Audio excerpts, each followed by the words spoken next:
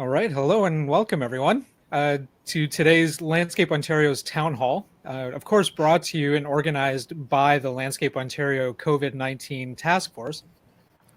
Today's Town Hall is being recorded, and the recording will be sent out so that you can review it on your own time and as your own unique schedule allows.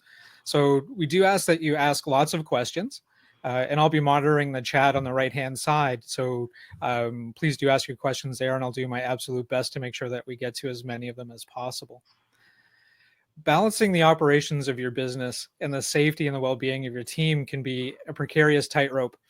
And without dealing, especially dealing without a global pandemic, it's important to remember that as employers, we have obligations to protect our workers from the hazards in the workplace as set out in the Occupational Health and Safety Act and its regulations and the directives coming from the Chief Medical Officer of Health. The health and safety of our people must continue to be a top concern amid the global COVID-19 pandemic. During this time, everyone must place an increased focus on health and safety in order to keep job sites open. Don't let your guard down. The LO COVID-19 Task Force felt so strongly about making this a topic of our town hall. So here we are today. My name is Joe Salami. I'm the Deputy Executive Director of Landscape Ontario. And joining me tonight are Alan White of Turf Systems, our Task Force Chair, Jeff Olson of BTN. He's on our LO Board of Directors and on our Task Force. Peter Ganane of Oriole Landscaping, on the LO board and task force, John Dursey of Miller Waste Systems on the board of directors and the task force. It's a star-studded crowd tonight. And our special guest, Becky Hester. She's the manager at York Region Public Health. Her regular portfolio includes recreational water, including pool, spa, and beach inspections of small drinking water systems, and assisting with accommodation inspections for seasonal farm housing. Now, it's all that and anything COVID related to that.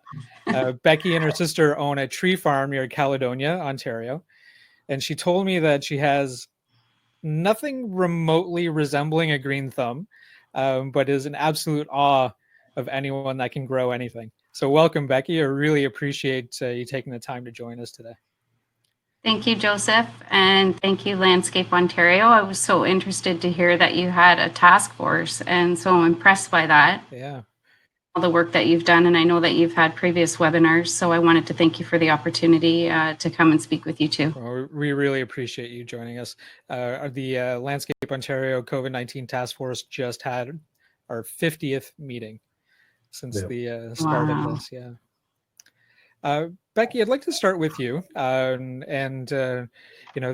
like you to talk to us a little bit about what exactly a mobile testing station is.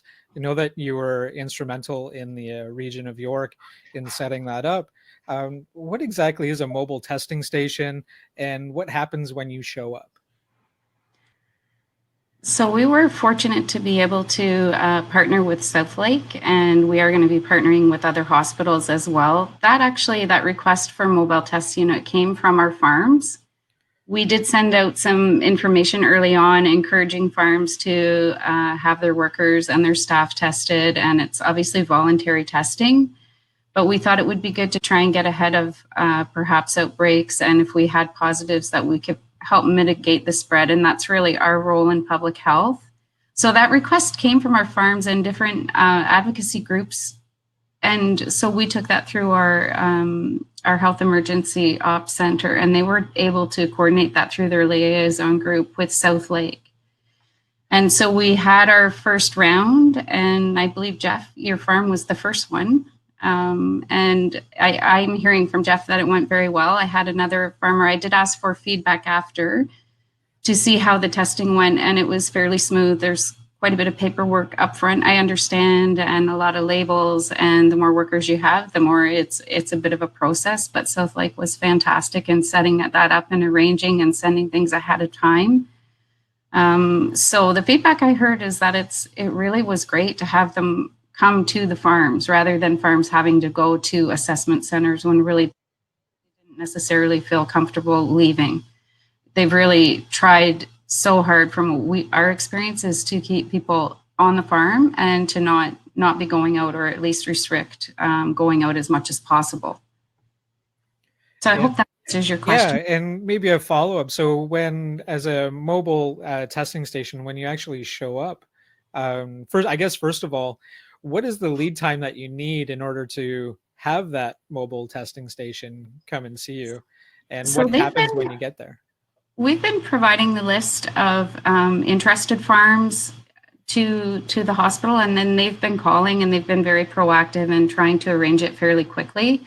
And their doctors and nurses, from what I understand, are on, they have certain days that they can do the mobiles. So some are mobile testing stations in the community, but then some are on-site visits at farms too. So we've seen anywhere from a week lead time to 2 days, really, where they've been able to organize really well.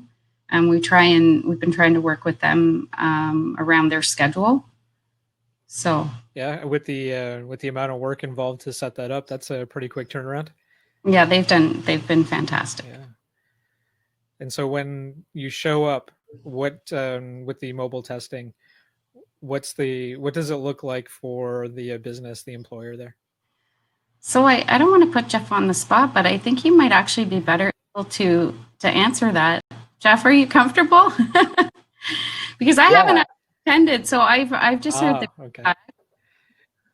I'm absolutely comfortable to go through that. I could actually show you guys a slideshow if you'd like me to fire that up now. It's like 4 slides or 5 slides, and I could run you through the whole process that we experienced anyway. Why don't we do that, Jeff? If that would make sense. Now it's up to you guys. And we can ask some questions. Mm-hmm. Yeah, sure. So do you want to come back to that? Absolutely, after? Yeah, definitely. Okay, thanks for rescuing me, Jeff. No problem. It's like we get context, and then we can go into, again, more of the prep, more of the afterthought, more about public health and some of the things you're seeing. But yeah, maybe Jeff, because your slide deck gives a kind of visual of what your nursery went through. Mm-hmm. Sure, Joe. I think you got to give me the power to share over here. Is it asking you about that? No, it just won't do anything when I. Let me try that again. I'm going to go on top of it here. That's part of the alarm test. Yeah, it worked fine in rehearsal. I know, and it was fine, but I don't know. Not that we rehearsed it to this. No, I can't share it. Oh. So we can come back. That's weird. Yeah, let's come back to it. And I'll try and get my technical stuff worked out here. Yeah, and in the meantime, Becky, we have a few sectors in the industry here that are using the temporary foreign worker program, and part of your inspections are for the housing of that, and now COVID related. So can you talk just a little bit about your experience, what you've learned along the way from kind of starting out till now? What does that all look like now? So we have certainly learned a lot, and I have to say I know what a transplanter is now. I know different ways to put barriers in different types of machinery and things that we didn't ever look at on farms. And like you mentioned, we've always been primarily focused on the accommodations, and that's through the application process and supporting farms in the application process. So we've been very grateful for their help too, and there's been collaboration as well in terms of looking at when workers were arriving. And so just from the very beginning, trying to send out resources, we did focus a lot on the federal requirements, the provincial requirements, which were excellent. And then we did reach out to our neighboring health units to get information to say, what are you doing? Our ASFIO group, which is our Public Health Association of Supervisors and Managers group, that a lot of different resources went out from different health units, and they were very helpful. So we tried to pick some of the things that were applicable as much as we could to our temporary accommodations, and then we sent out some guidance and some emails Initially, we touched base with a lot of our farms during isolation. So when we knew the dates, and we worked with farms on that, and certainly delays in workers and trying to keep on top of the different isolation dates. So we were checking in, trying to assist with some guidance that way. And then basically trying to learn about the different things. So if we had a call or a request for guidance, there was certainly really good guidance put out by WSPS, and we had shared that with our farms. We shared a lot of information. We tried to get signs in different languages. So emails, and then the notification about swabbing and looking at it from that perspective. And then to support that, trying to get ahead with some spot checks. And that's really where the learning really began, because we realized some of the things that, we thought would be helpful, maybe they weren't as practical. So looking at trying to be solution focused and help to do different things. So the spot checks were really revealing. We tried to get ahead of the mobile swabbing on those too, and to have some of the guidance in case of any positive workers. So then trying to look at what would happen. And that's very case by case, and very difficult to hone down certain things because it's very operationally dependent. So it depends on the accommodations, but also depends on the related work on the farm, the type of equipment. And so we've learned a lot about different processes that we've never looked at. And we're learning a lot from our farmers for sure, and our workers as well. Great. And when mobile testing station comes in, if they're to find that there is a positive a case, what happens when there is a positive result? So all along in the guidance too, we've asked if there was certainly we get notified from that there is a positive, and right away that will go to a case investigator. And then the case investigator starts to ask the questions. They ask about close contacts. They ask about, has that worker had any symptoms? Because you can have also asymptomatic positives as well. So they really start doing the investigation and the digging, and then they will ask our team, so on the inspection side, to support case management to go in and ask the questions and really look at housing processes, that kind of thing. And that's not in isolation. So obviously Ministry of Labor is involved too. OMAFR has been very helpful as well. And so there's, there are different agencies have different roles in that case. So it's really case by case for farms in that investigation, and depending on if the positive is housed with other workers, then looking at, okay, close contacts, have them been able to maintain distancing? Are there other agencies? So, we've also learned there are a lot of other agencies and local supports that work on farms as well. So then when you get into the contact tracing, it gets drilled down right to, okay, who's been on your farm, who is been in contact with your workers, that kind of thing. And so our job is really to inform the case management piece and to try and look at what's actually going on, and how that COVID plan has been working. Okay. And then obviously backup accommodations as well. We've looked at. Can I ask you, Becky, as you've gone through, and obviously you have firsthand from a public health standpoint, through these inspections, what guidance can you give our members? I would expect it to be case by case, but you've probably learned lots. We have. What insight can you give our membership as to where protocols have worked, where protocols have needed stepping up, or just misses? Just having that ability or your insight would, I think, certainly help our members as they look at their own operations to see if they can learn, or if they're implementing some of the misses or things that could have been better to help with your caseloads. So we were talking about distancing just before we came on, and trying to keep your guard up in terms of distancing. And so that is one thing that we found is a lot easier said than to actually do in many cases.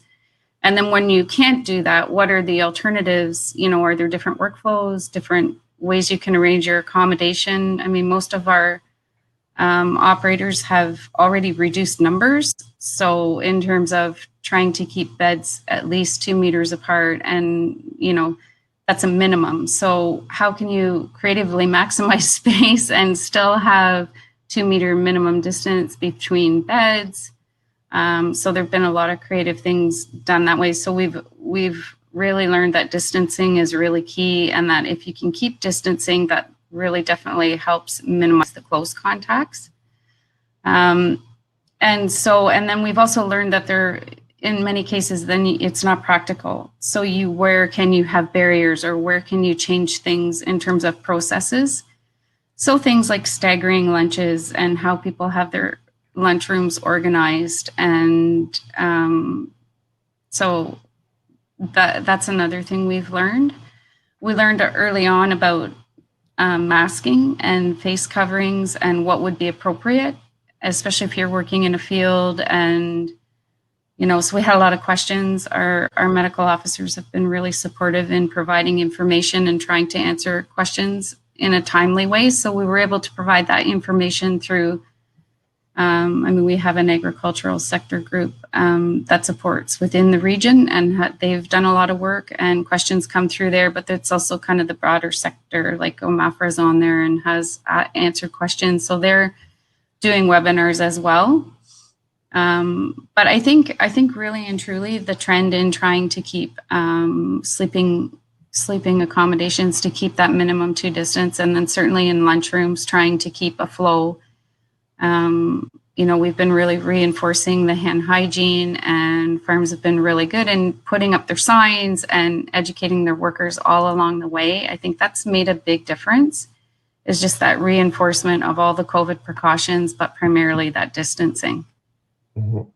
And then can't do that. What can you do? Right. With Foreign Warriors, have you found things that have worked really well with some of the groups that you've met with in dealing with offshore labor, where there may be a language barrier, a culture barrier, as it relates to lifestyle, or just the things that they would consider normal practice? Is any advice there on things that have worked? So I think the demonstrations have really gone well. So I know when our inspectors have gone on where they've had an opportunity to do the demos, and anything visual. So the masking demos that are on the different websites are very good. We have one on ours that's quite good and talks about the process of, you know, hand hygiene and then the mask and when to change the face covering and that kind of thing. I think I got a little derailed there. So the visual versus written. Yeah, so definitely. Demonstration. Yeah, definitely visuals, and the federal government did provide signage in multiple languages. So we're seeing the language signs up and being reinforced. But I think it's really the farms that have had the upfront COVID plans upfront. I think that's where, you know, you really see, because it's been from day one. They've put in place all the precautions, the signage and everything, trying to organize flow. So I think, to answer your question, I think those COVID plans are really key and really helpful. And a lot of them put them together really, you know, from resources from all over, and they did that work. Yeah. So certainly where we've had to come and check, but they did all the upfront work in trying to do plans. And in some cases for farms, you know, it's a whole new world. Mm-hmm. So. Absolutely. I think, Joe, you share with the viewers, people watching anyway, that at least our Don't Let Your Guard Down decals that will be shared or made available later this week are in 3 languages, from French, Spanish, and English. Yeah. So depending on your workforce makeup, certainly we're trying to make resources available at Landscape Ontario to deal with maybe those language barriers. And your resources are very good. I meant to say that up front too. So I talked about WSPS, but I forgot to mention, because I was looking at your site, it's impressive. Yeah, a lot of the guidance did come from WSPS. And, right. You know, the COVID-19 hub, in case any of our viewers haven't been there yet, please check that out on the Landscape Ontario website. That's what 50 meetings will do with your members.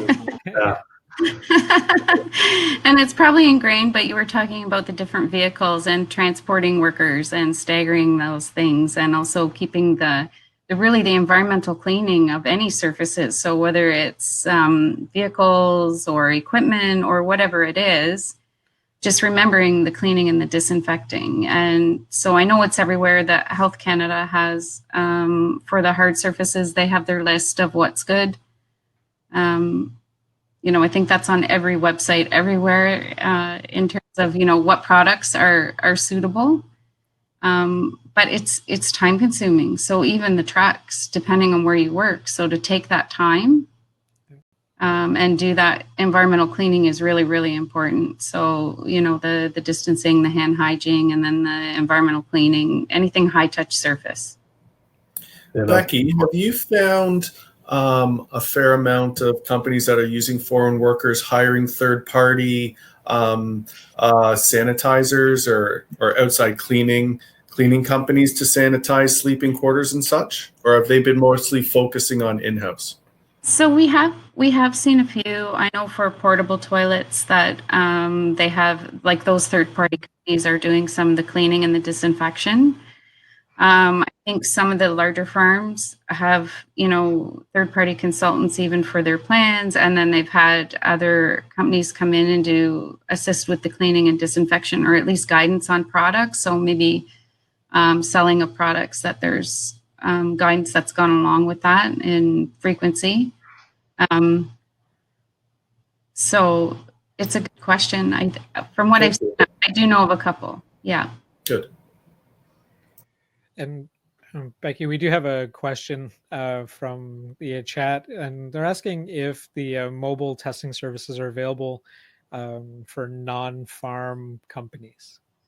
So mobile testing has been around for a bit. So it didn't start with farms. So they were going to other places that for more vulnerable, right, populations.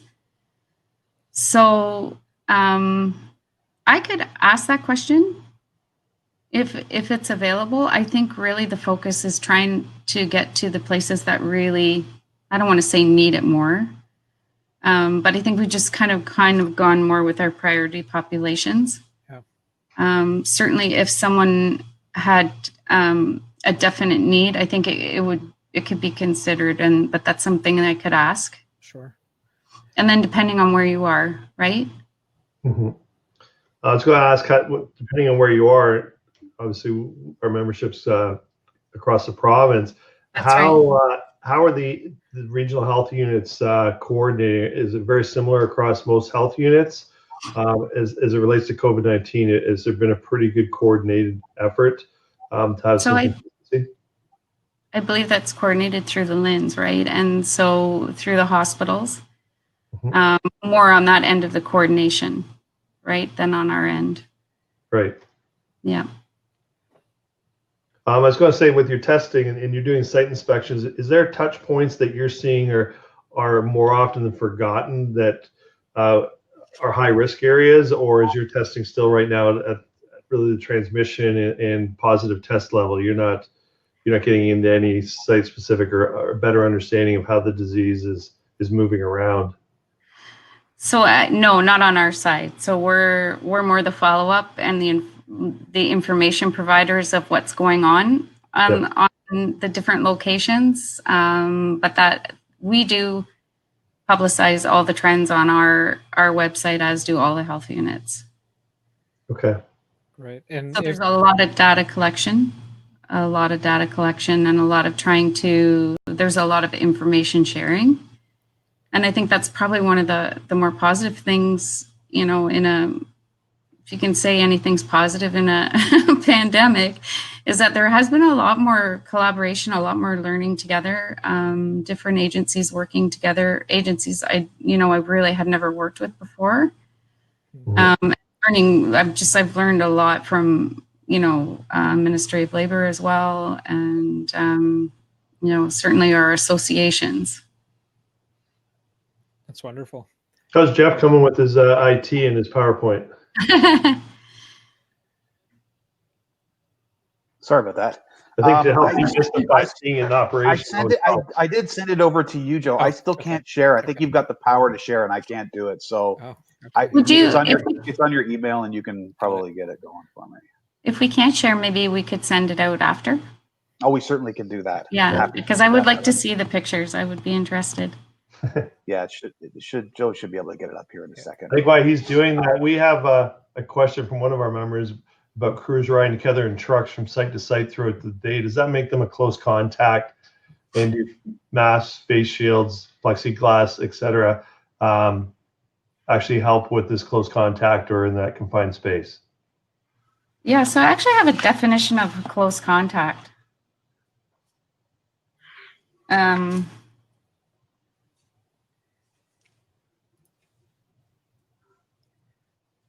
you the definition of the close contact so that I'm not wasting your time looking for it. But so it depends. So really the barriers do help. So if you're in a truck with a barrier and you also are masking and you have your face shield, right? So you have a lot of barriers right there. And then it's dependent on kind of length of exposure to that person.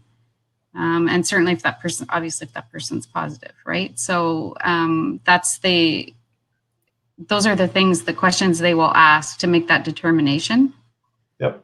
So it may depend on how long is the drive, if it's an open Jeep and it's open air, or, you know, if it's just a barrier. So maybe, so the more barriers you have, the less likely you are going to be a close contact.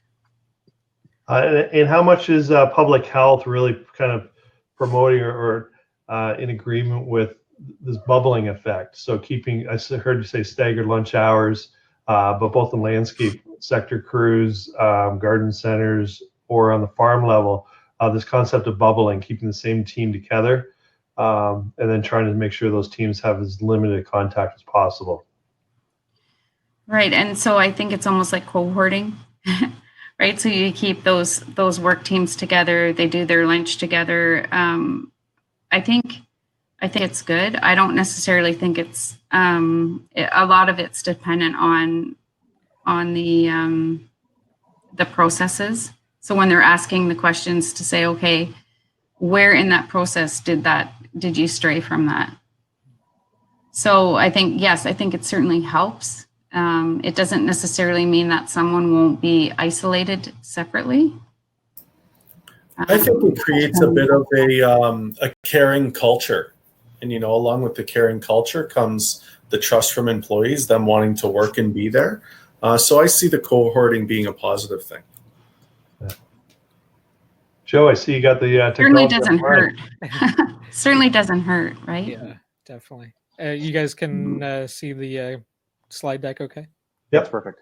All right. I can see it now.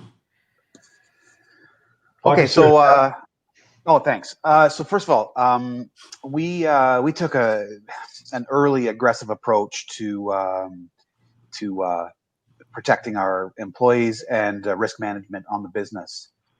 This health and safety of the employees first, and of course risk management on the business second. But part of that was all the hygiene protocols and all that jazz, of course. And then we started to go down the road of testing, and although we thought this was prior to some of the outbreaks that were happening, we were already thinking about it at that point, but we're very concerned about what we were seeing in southwestern Ontario, and knowing that our offshore employees are at high risk, we made a mandate that we wanted to see every one of our employees tested every month. Now we can't force that for everybody, but we could certainly mandate it for our temporary foreign workers, of which we have about 80 on spread across 5 locations. So our head office location has about 35 workers, offshore workers, and so this was the protocol for this team. So next slide, Joe. So we want to add an extra layer of protection for our employees. Our company policy states the following: all employees are encouraged to go for monthly testing at their local health center and share the results with their manager. BTN will pay for the off time to get these tests, maximum 5 hours per employee. So we would pay folks. So we started out by saying, we'll pay you to go for a test. And that was kind of the original thing. And we didn't go mobile testing to save money. That wasn't part of it. It was really out of convenience. And one of the big mandates was that we didn't want our temporary foreign workers leaving our farms. We wanted them to stay, never leave the farm for the 8 months that they're there. How do we never let them leave? So not even to go for a test. And so we called our local health unit, and they offered on-site testing, which was much more convenient than taking the trip to the hospital. And they would come to our business once a month to test all of our employees. Next slide.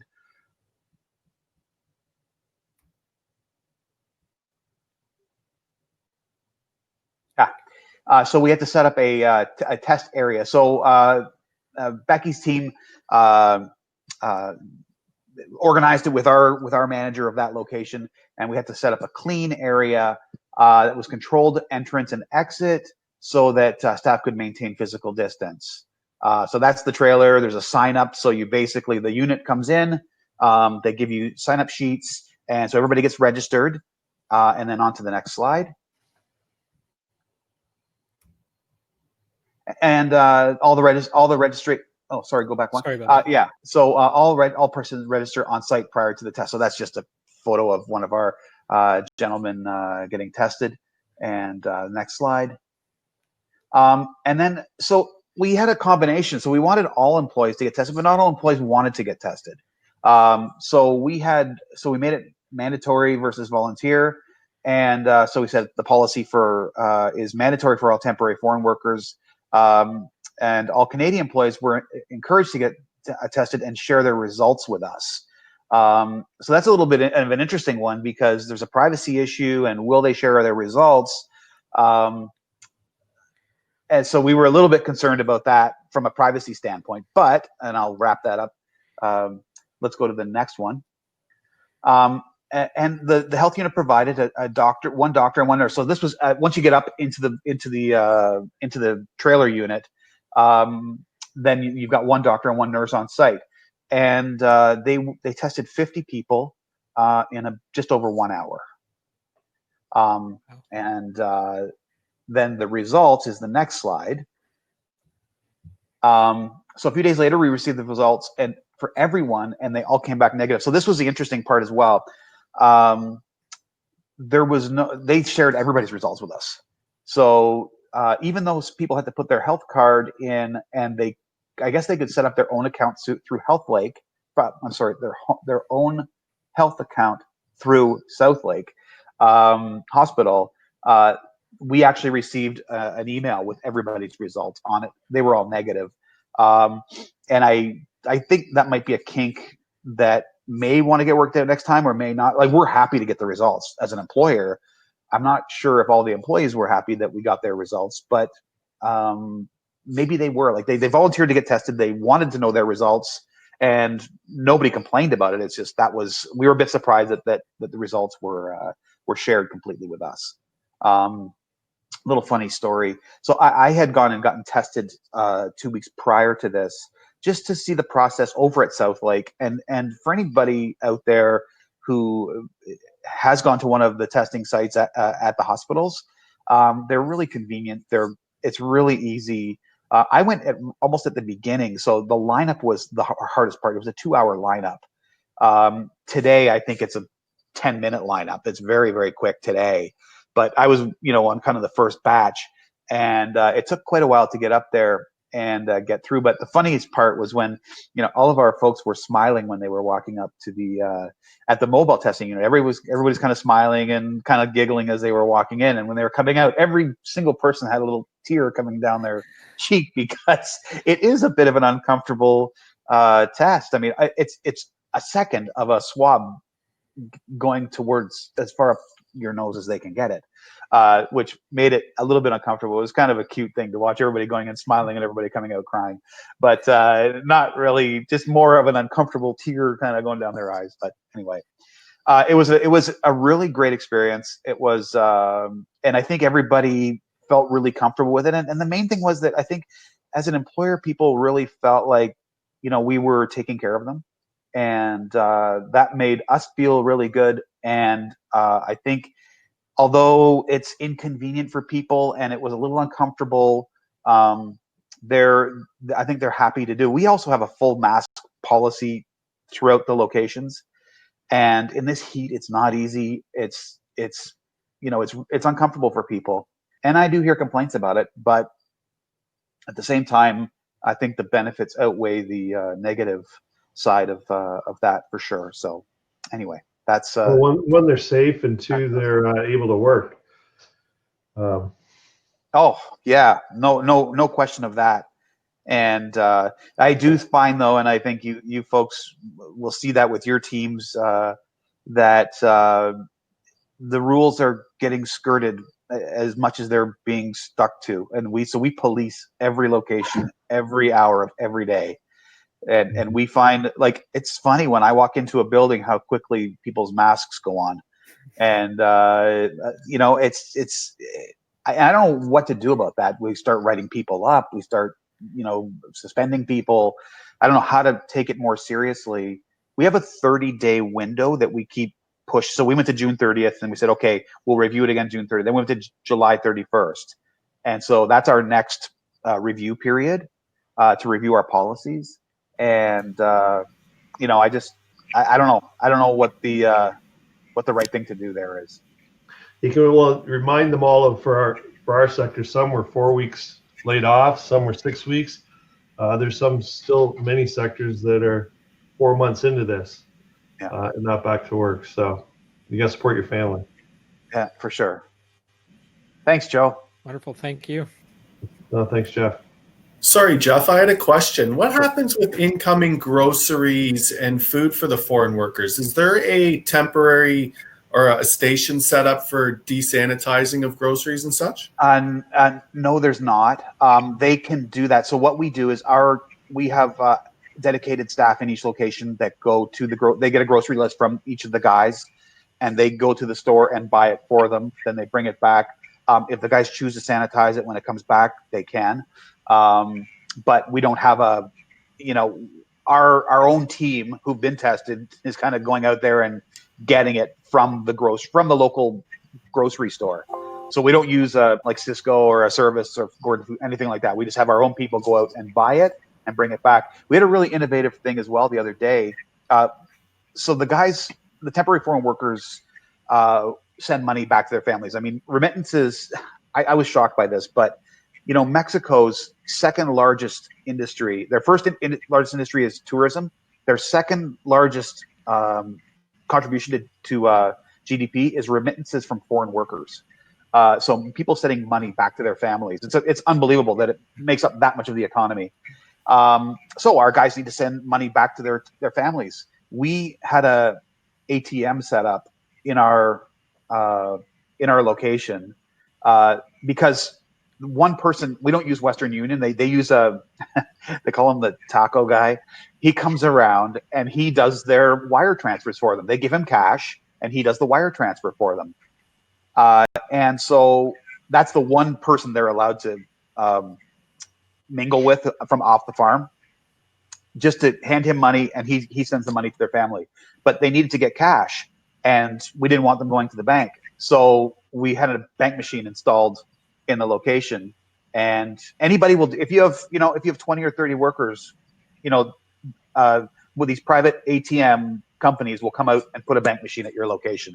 And so they take the money out of the account, out of the bank, and give it to the taco guy. Wow. Oh, it's good to have a taco guy.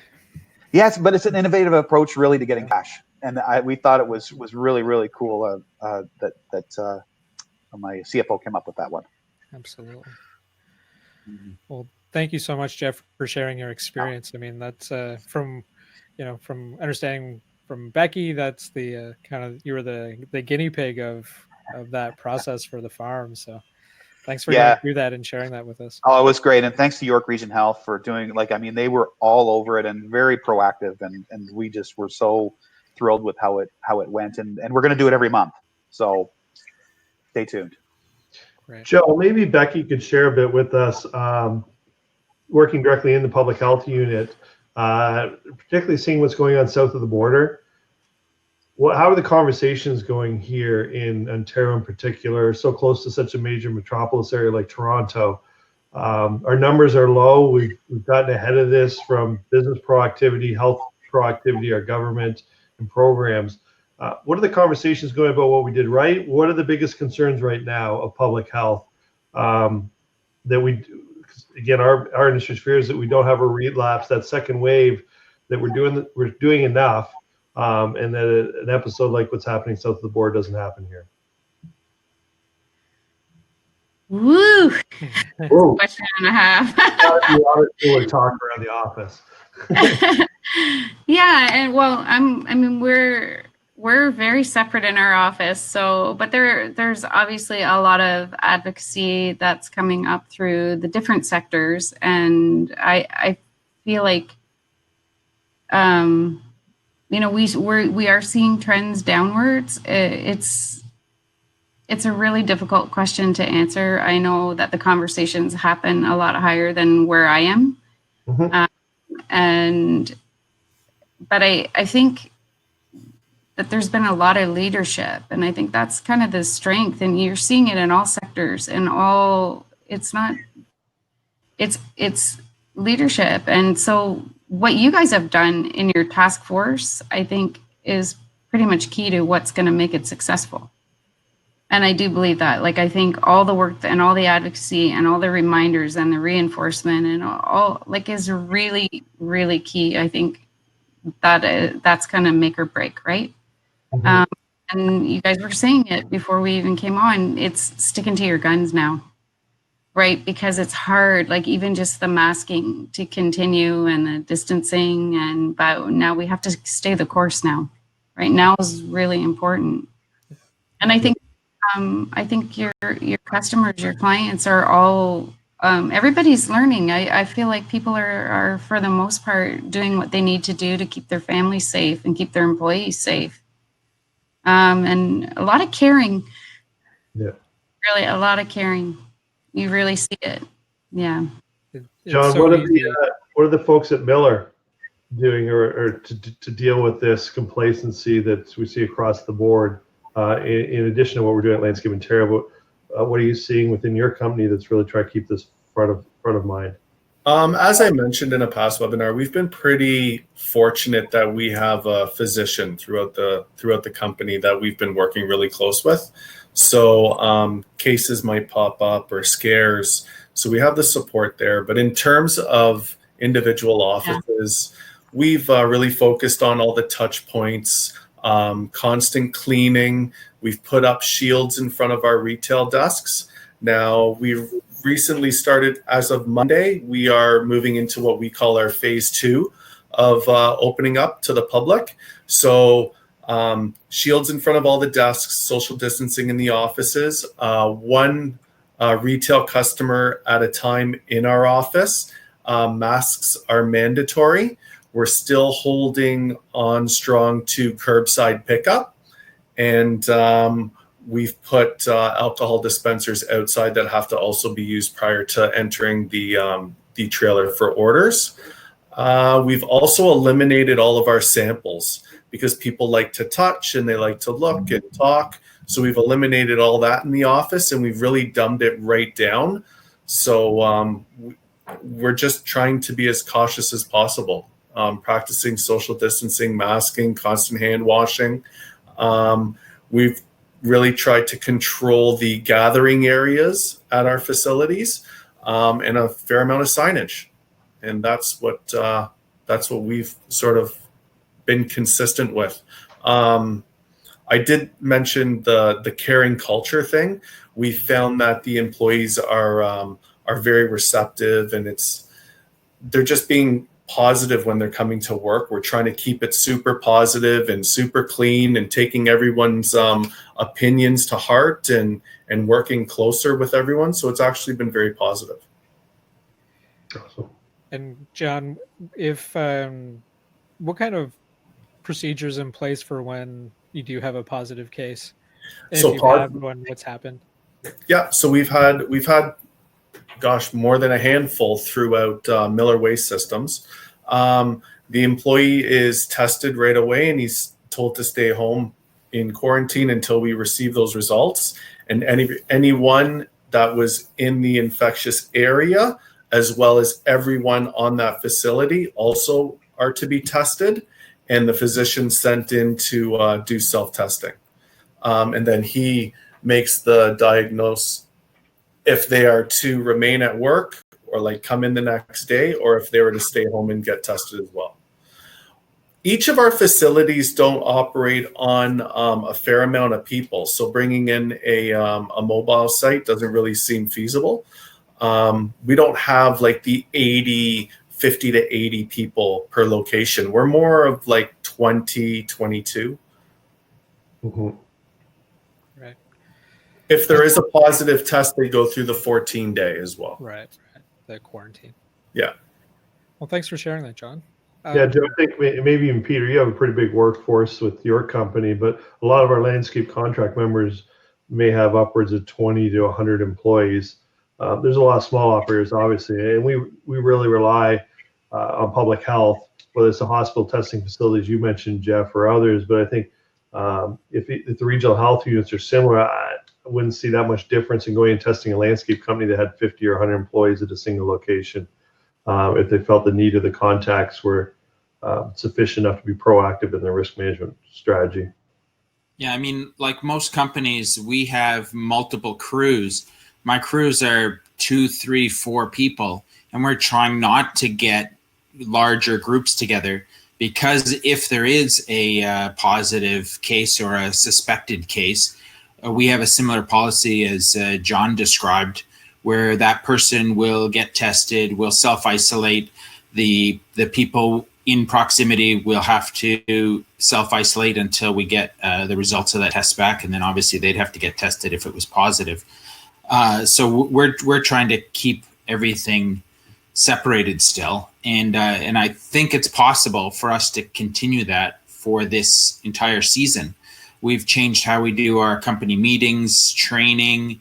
Everything has changed, and now just yesterday the City of Toronto mask bylaw came in, and that aligns almost exactly with what our policy was already, but it gives us a bit more substance to back up our policy and more signage that we can put up, and like you were saying before, it just takes constant reminding to learn these new protocols.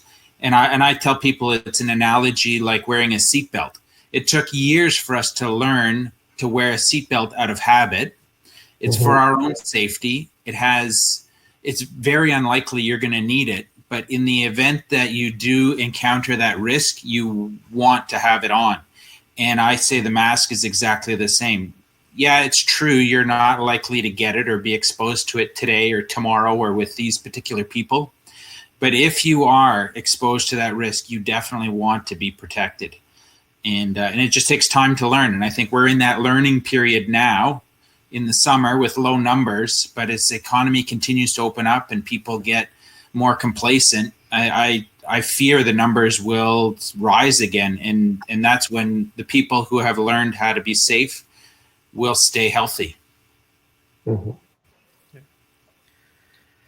Thank you. And Alan, you've leading the charge with our task force. Have you encountered any positive cases, and if so, how have you had to deal with that? We haven't encountered any in our workplace. We're pretty diligent. Again, sometimes I feel like I live in the forest all the time, being part of the task force, thinking about this every day, getting all the news sources coming in. But at the same time, we do get the guys that come in or wake up in the morning and their stomach doesn't feel well, or they got a sore throat. So our policies have just been, and the culture piece that we talk about, that nurture, it's okay.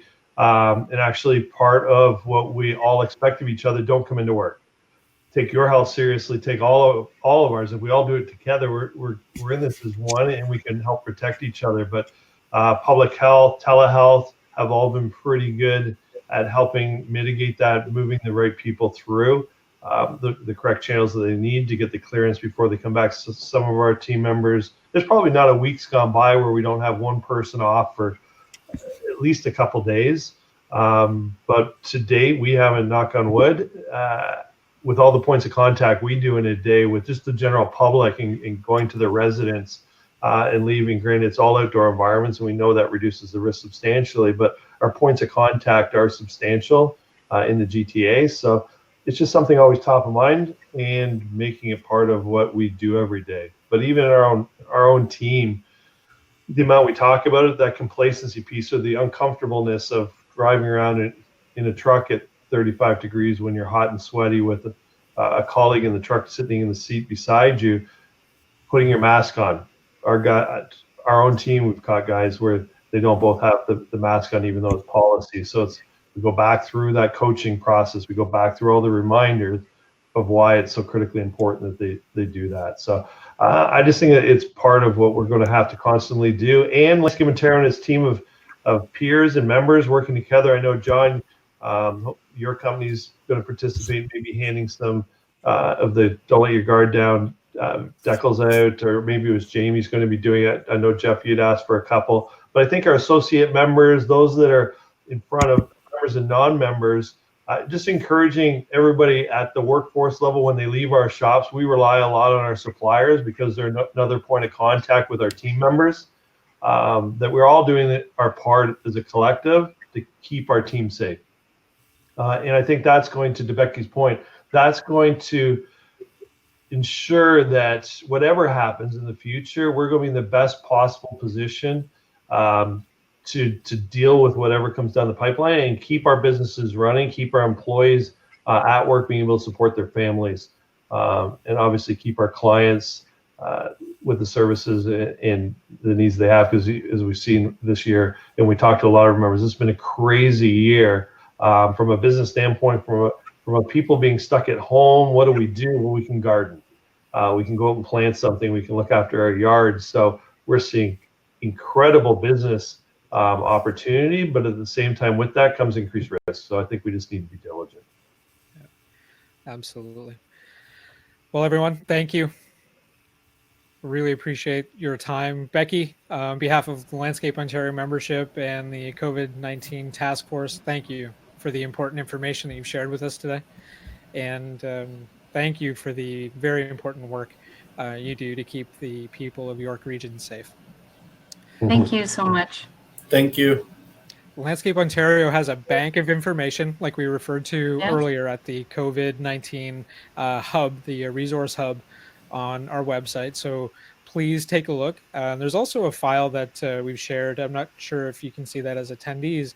We'll also circulate it, but Becky was nice enough to share the guidance document for farm operations. So we have that, and a lot of what's in that guidance document is also applicable to non-farm type businesses. So we'll also make sure that's circulated. So Joe, just before you close off there, can we also just, for those viewing or those that are watching it online after, the Don't Let Your Guard Down campaign, the PDF is available on the resource hub in the 3 languages. So that's a printable format to display on your safety boards at your workplace or in your shops. That explains the Don't Let Your Guard Down, what it means to disinfect a truck, wear the mask, keep your distances, avoid touch points, or be conscious of your touch points. At the same time, there'll be a couple adhesive decals being made available through this month's landscape trains or HORT review. Those are also available online through Landscape Ontario's resource, where you get your membership decals and everything else for just a cost recovery. Do you know the number off the top of your head, Joe, or anybody else in the task force? I think a bundle of they come in bundles of 100, but I think we're still. I think it was $135 or something like that. But yeah. These decals are intended for your entry points at work, by your punch clock, on your vehicle windows, on both passenger door and driver's doors, on your skid steers, on your rakes, wheelbarrow, any of the touch points that you think people are going to let their guard down. Please, we're making hopefully the cost so low that it just makes sense to have them at your workplace, that you can adhere them to just about everything we need. I think that's going to be the easy reminder. They're bright, they're easy to understand, and it'll allow us at small businesses and large businesses to take advantage of this collective campaign and really do our part as employers and leaders to make sure that we don't see any kind of relapse within this sector, as broad as it is from the farm right through the garden center, and then into the landscape maintenance and design build community. Yeah, couldn't have said it better myself, Alan. And those decals are going to be coming out in the next issue of Landscape Ontario magazine. I think you called it Port Review. I think you're dating yourself a little bit now. Look at right. So it'll act as a sound reminder to don't let your guard down. We've all worked really hard to mitigate the risk and exposure for ourselves, our families, friends, staff, and clients. So it's important to remain diligent and remember that safety is still our #1 priority. Thank you all for joining us, and we'll see you next time. Thank you very much, everybody. Thanks, Becky. Good night. Bye-bye.